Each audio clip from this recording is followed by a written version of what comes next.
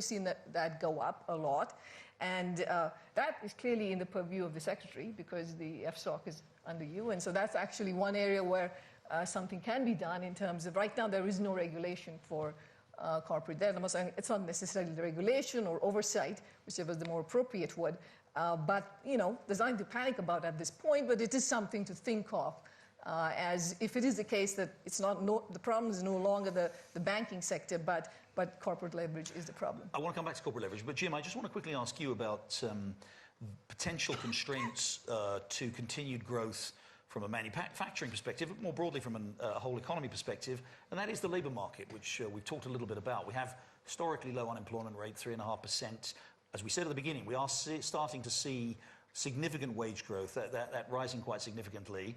The demographics, again, the United States is in a better position demographically than probably any other major developed country, but they're not great.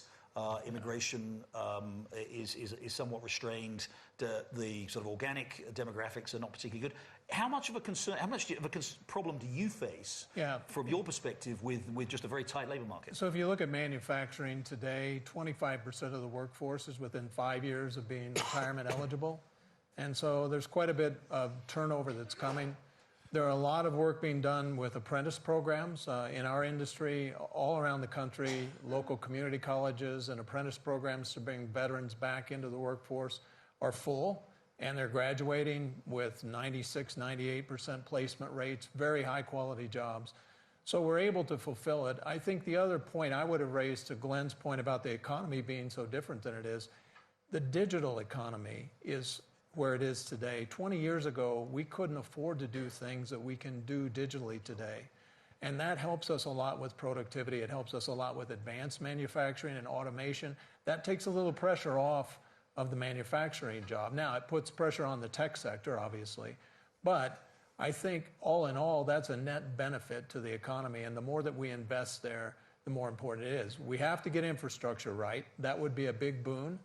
We're going to have to do that with government and private funds. And if we can do that right and design the infrastructure of the future, 5G for autonomous vehicles, et cetera, that could really be a step up in investment in the U.S. That said, I want to let Glenn speak too, but on the productivity issue, despite the huge investments in information technology over the last 20, 30 years, all the evidence is that labor productivity is actually weaker than it's been. That continues to be one of the great, one of the most striking features of the modern U.S. economy. Do you have a good explanation for that? Do you think there's a measurement issue going on, or do you really think that somehow these investments are not really translating into any productivity? So I think if you're looking at it at a broad U.S. basis, you could draw that conclusion. But I think if you went down into industries that are investing in new technology and investing in automation, you might find differences. You might find other industries are still able to make productivity. Internally, we set targets every year that we want our productivity to pay for wage increases every year. We ought to be able to at least do that. And that means we have to look at investments and other things to make that happen. Mr. Secretary, the U.S. economy has been a jobs-producing machine for a long time, 2.5 million jobs a year. We've said the unemployment rate very low. How much longer can that go on, given the inevitable constraints on labor supply? Well, I think there's a lot of things we still need to do. Talked about apprenticeship programs, need to make sure there's better education programs for skilled labor. We need to make sure that people who are getting advanced PhDs, that we can keep them working at our companies. I do think the participation rate can continue to go higher. I think productivity, we can spend a lot of time talking about why productivity is where it is, but I think there's upside in productivity. And I think, look, the president wants to fix immigration. That's part of it. Legal immigration has to ultimately be part of the equation. I would just add, there's 1 million more job openings than there are people willing to take those jobs today in the United States. Yeah. And so we're going to figure this out because we have to. And when you look at the opportunity to sell a new product or open a new facility or launch a new service, and if you don't have the right folks to do it, you go find out how to do it, and you partner with a community college, and you come up with a job training program, and you go to the service alumni fairs, and you literally, business is going to figure this out because we have to. The economy's growing. There's new job opportunities, and we need to fill them. Let's talk about this, if I may again, come back to you, Mr. Secretary, this point that Gita raised about corporate debt, corporate leverage has dramatically increased in the last 10 years or so. And she mentioned that, FSOC is your responsibility and financial regulation generally. Have you seen anything at all that gives you concern in terms of this significant growth in debt? Companies have been buying back a lot of stock, taking on a lot of debt in part in order to do that. Is there anything that gives you any concern there? So this is something that we're monitoring very carefully, and the short answer is no. There's nothing that gives us a level of concern, although we'll continue to monitor it. But let me just make a couple of comments. First of all, debt in the regulating banking sector is very reasonable. So, where you have companies that are borrowing, whether it's covenant light, higher loan-to-value loans and things like that, those have moved outside of the banking sector. And a lot of those have gone into CLOs and other private equity form where you have long-term stable capital. So I don't think it's an issue. Obviously, having high debt in certain industries carries certain risks relative to other industries, but it is something that we are carefully monitoring, and people talk about leveraged lending. And yes, there's more leveraged lending, but we're comfortable that's not in the regulated banking system. And a lot of this borrowing, a lot of this corporate leverage has been on these sort of so-called covenant light borrowing, that kind of stuff. Again, those kind of, when you don't think we're in any danger of seeing the kind of financial excesses that we saw that led to the subprime crisis in 2006? I don't. I think that was a very different situation. Again, in the mortgage market, although you've seen some increase in mortgage lending in certain areas, again, you don't have anything like what was clearly, wholesale misunderwriting of mortgage credit. Glenn, do you see, on the corporate leverage side, you said? Yeah, I agree with everything that's been said, and would add, listen, there's a prudent level of debt for every company, and responsible owners try to find that level of debt, particularly in our industry. And it has a lot to do with interest rates as well. So as interest rates are low, companies can afford a little bit more debt. And we think interest rates are going to stay low for quite a long time, and we think the debt balances are pretty reasonable. I do have to say that as asset prices have gone up, the amount of equity that goes in has increased substantially. And so back when I started my career 25 years ago, capital structures may have been 25% equity and 75% debt, and it's routinely 50-50 today. And so the equity cushion that's involved in most capitalizations today is substantial. Jim, from your perspective, down? I think on capital-intensive industries like ours, the market does a pretty good job of regulating that, and the credit agencies take a good look at that. I can't speak to what's happening in some of the other parts of the market, but in our space, I think we've got pretty good balances in the market already. We've got a few minutes left. I want two quick rounds, if I may. First is I want to ask all of you what you think the largest risk is, and Mr. Secretary, you're not allowed to say Bernie Sanders, if I may say so, but I'll let you, so you can say Bernie Sanders if you like. The largest risk is to this continued US expansion. So Glenn, if I may, I'll put you on the spot and start with you. Yeah, I think it is confidence. And I think as long as there's confidence in a regulatory framework and in policies that we can depend upon, because business is going to be predisposed to assume that this expansion will die of old age. And because economic expansions don't really cease due to anything else. I mean, there's excesses, and they don't really die of old age. And so I think that there's going to be a preconceived expectation that eventually it'll have to come to an end, and therefore we'll be looking for it.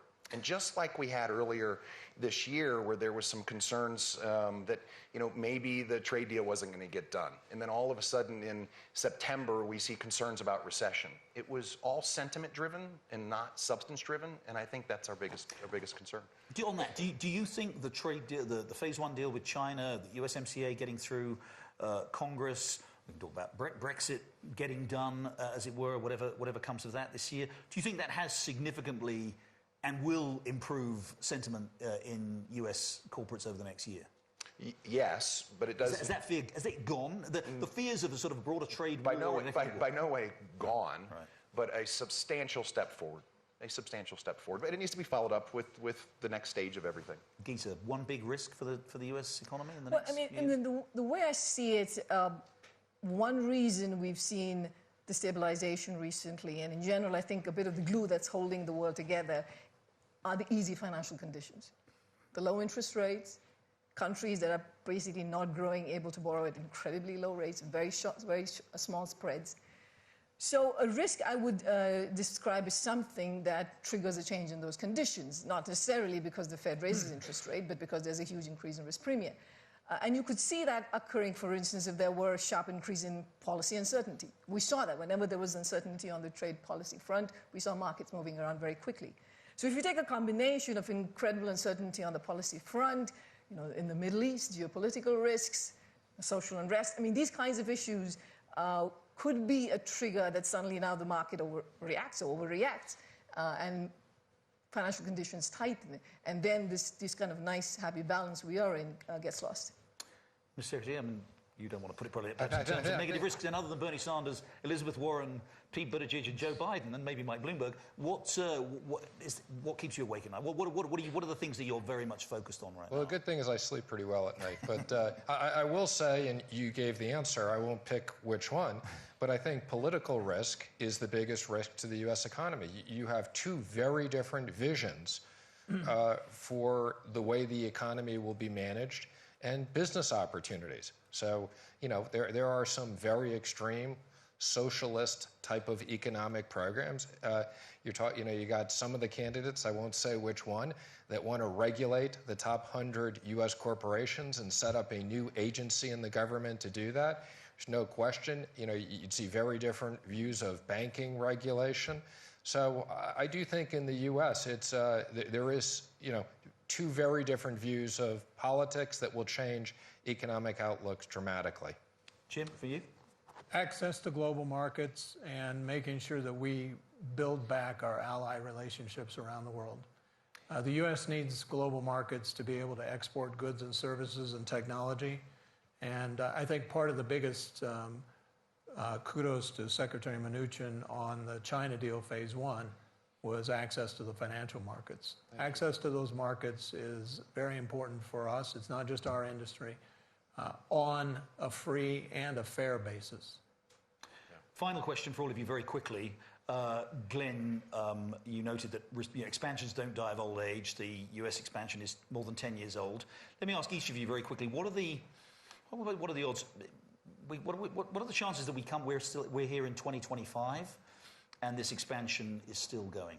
Yeah, absent some material geopolitical issue, and I think which we don't expect to happen, I think that we will still be in a period of low growth, low interest rates, and high asset prices in 5 years. Geeta? I mean, like I mentioned, we have a projection for maybe 5 years from now, which is at 1.75%. That's where we think. But you never forecast a recession, do you, to be fair? I mean, they are, by their nature. Well, times are changing. There's a new chief economist. Who knows? Oh, that's interesting. Things can happen, but yeah, I mean, that's where we see it. But of course, I think there are many risks, and I would say policy uncertainty is a big one. I mean, including related to what happens in the next 12 months in the U.S. Secretary? I'd say especially the next 2 to 3 years, where I think we have very good visibility into the economy and also certain global issues. I think we feel very strong about the economy. I think the corporate debt is high because there was a lot of investment made in manufacturing. And so the next couple of years, even if we have slow growth, it's going to absorb that capacity. And I think we're going to see an expansion over this next 5 years. Well, there you go, ladies and gentlemen. Economics is supposed to be the dismal science, but I think we've left you all extremely uplifted by the prospects for the US economy with admittedly some risks that we all see. But I think the general belief is that the causes and the roots of this US expansion are pretty solid, and that as far as we can see, especially with improving international climate, perhaps for trade and international economics, then the expansion prospects remain pretty good. So please join me in thanking our really very distinguished panel. Thank you. Well done. Thank you very much. Very well done. Thank you.